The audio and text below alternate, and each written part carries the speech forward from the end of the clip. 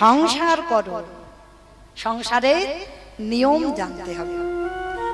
নিয়মটা কিরকম? ও মায়েরা, ঢেকি দেখেছো? ঢেকি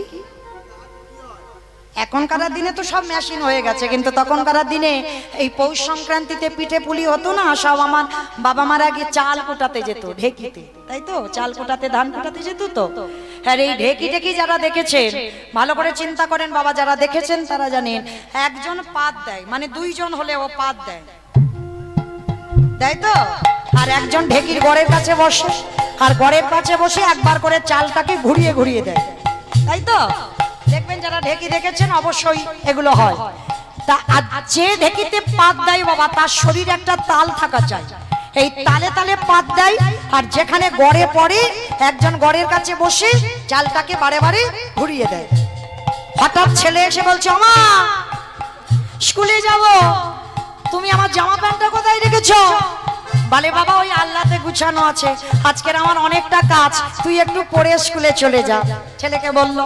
একটু পরে স্বামী এসে বলছে, হ্যাঁ গো, আমি যে অফিসে বার হবো, রান্না বান্না করেছো নাকি চাল কুটাতেই আছো? বলে, স্বামী দেখো আজকের একটু পান্তা ভাত খেয়ে চলে যাও, আজ আমার অনেক সংসারের ঝামেলা, রান্না করে উঠতে পারিনি। এই যে কাজ করছে, কথা বলে যাচ্ছে আস্তে, এতগুলো কথা বললো, বলো তোমার এরা মনটা কোথায় আছে? দেখি গড়ের দিকে। কারণ যদি একবার ছেলের দিকে মন চলে যেত, যদি একবার মনটা স্বামীর দিকে চলে যেত, ঢেকিটা এসে হাতে পড়তো, আর হাতে পড়লে নিতাই গৌর হরি বল হরি। তাহলে সংসারে যারা করবে ওই ঢেকির মতো করতে হবে। কিরকম বাবা? যেমন ঢেকিতে চাল কুটাতে গিয়ে ওই মনটা রেখেছিল গড়ের দিকে, দেহটা রেখেছিল ছেলের স্বামীর দিকে।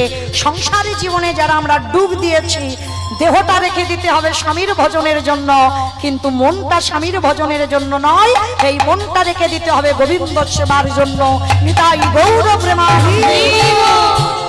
আর এইভাবে যদি তুমি সংসার করতে পারো, তোমার অচিরে কৃষ্ণ প্রাপ্তি হবে।